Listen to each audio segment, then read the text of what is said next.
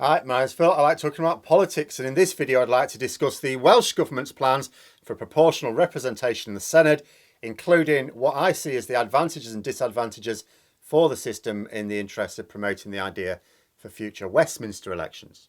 But first, if you'd like to be notified of daily news and politics, please subscribe to the channel and click the bell notification icon. So I've made no secret of the fact that proportional representation for Westminster elections is my top priority policy right now. It's not simply that no other policy is more important. It's just that no other policy is possible without proportional representation. That's where we are now. Labour have to bring this in, and I've never known the party so much in favour of PR as now. Really is overwhelming support for it. Now is absolutely the time to go for it. But there are pitfalls as well. So it's very interesting to see the Welsh Parliament laying the groundwork to be the first legislative assembly in the UK to use full proportional representation like this.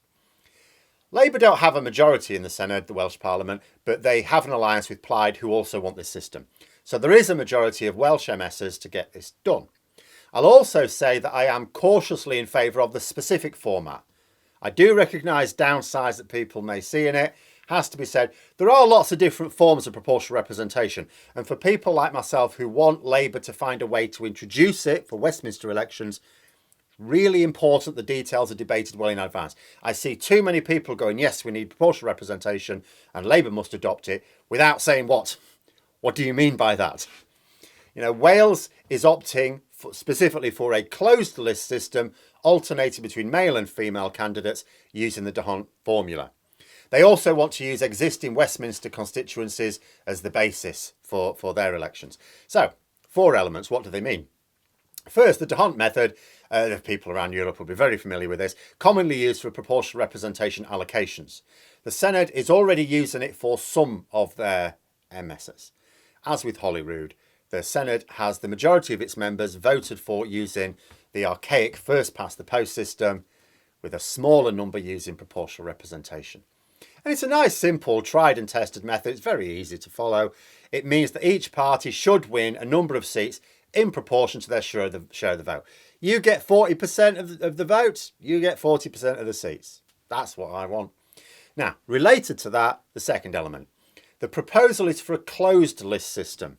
This means that you effectively vote for a party, not a candidate. Doesn't stop independent candidates standing, of course, but if you vote for a party, you won't be voting for a particular candidate.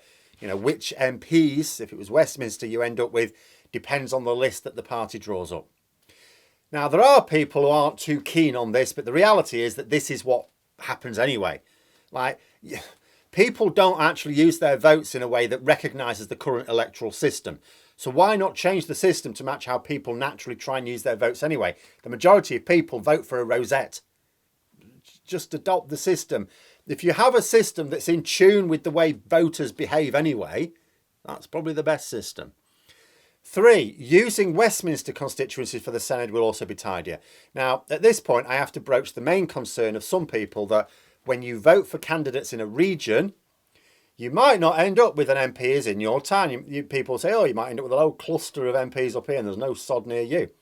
But I would argue this concern is trivial because we often don't get an MP in our town with the current system. My constituency, for example, it's a funny shape and it spreads out in lumps. A lot of people are nowhere near the MP or his constituency office. Nowhere near, completely different town. Because my constituency is comprised of lots of small towns as opposed to like one big one. In addition, a lot of people don't have an MP at all in their constituency, wherever you are. And I don't mean because they've resigned for breaking the law or watching porn at work. I mean because some MPs are basically never in their constituencies. Geoffrey Cox, very famous example. He's always abroad earning millions as a lawyer, explaining how people can fiddle the Treasury. Or it might be just because they're not interested in your issue if it crosses party political lines.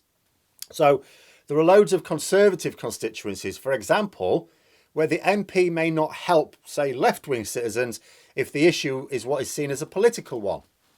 Or Labour constituencies where the reverse can be true. But with proportional representation, where each region returns multiple MPs, you would end up with the main parties represented by at least one. Of course, you could get the best of both worlds and increase the total number of MPs. For example, the Welsh plan is they're going to pair the 32 Westminster constituencies, so there's 16 for the Senedd elections. But they're going to have 96 members. That would mean 6 members for each region. So there's a really good chance to have a good spread of members from all of the mainstream parties in each one. So everyone could go to the MS who they thought would be of the most help to them. I can't do that in the current system. I've got a Tory MP, not even a helpful one. But I can't just go next door to the Labour MP, even though actually their constituency office is closer, I think. But I'm not in their constituency, they can't help me. So several easy ways to get past the concern about the geographical distribution of MPs if this were to be translated to Westminster. Then the final feature for this Welsh plan is the gender balance. Now, the way this will work, as I understand it, is that candidates chosen will alternate between male and female to give a roughly equal mix of male and female Senedd members. So it's like, first person elected, male, whatever, whoever it happens to be. But then the second person elected will be the opposite and so on, alternating like that. And there are people who have issues with positive discrimination of this sort. And for an individual post, I can certainly see the argument about, you may not have great candidates for each year. You're needing the best candidate, all the rest of it. But in this particular case, I would say there are 2 major things in its favour. First of all, any assembly that doesn't have an equal mix of male and female members has some barriers to the underrepresented baked in. Because that's evident. Why wouldn't there be equal numbers? If there are not, it's because there are barriers there that may not be deliberate, but they're there. Often positive discrimination is the only way to break those barriers down. Get more people seeing more female politicians and more women will be attracted to the role. Second thing is that there are a lot of people who would be up for the job of being a member of a national legislative assembly.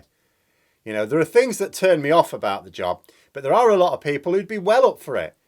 Any party that cannot get as many good quality female candidates as male ones needs to take a good long look at why that would not be. Now, if these plans go through, it should mean that they can be put into practice for 2026, the next elections. Predictably, the Conservatives are trying to attack the cost of the new plan. I quite like the fact that they've put a figure on it. Welsh Conservatives reckon it would cost £75 million over 5 years, which is the political way of saying £15 million a year. When you want to attack something for being too costly, never give the cost per year over a longer period of time if you can. But I'm cool taking the 75 million figure. That would, of course, be the cost that they reckon, I don't know whether it's true, over the length of the full Parliament. So what can we compare that to? 75 million, is that a lot? Is that a waste of money? Let me think now. We can't compare it to the amount of money that the Conservatives wasted on PPE that we never actually got during the COVID crisis, because that's almost £9 billion. So that's not comparable.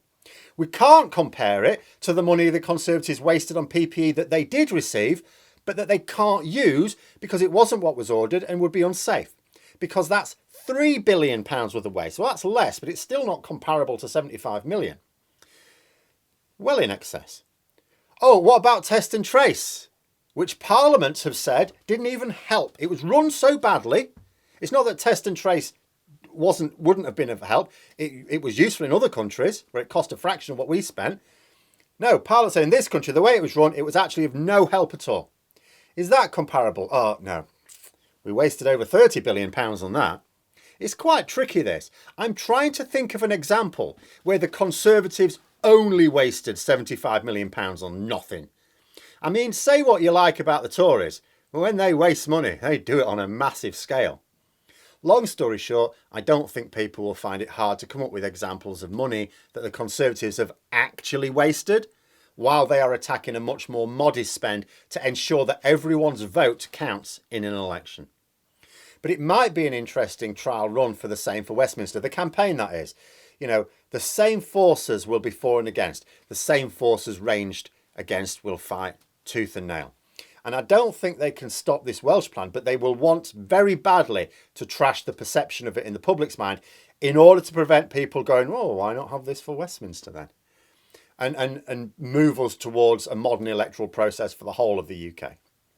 And those in favour of this move need to pay attention as well. In order to get this done for Westminster, it won't be enough to deride the nonsensical objections of people who wish power without a popular mandate. We need to make sure we are countering those objections regularly and robustly to the point where it becomes obvious to the public.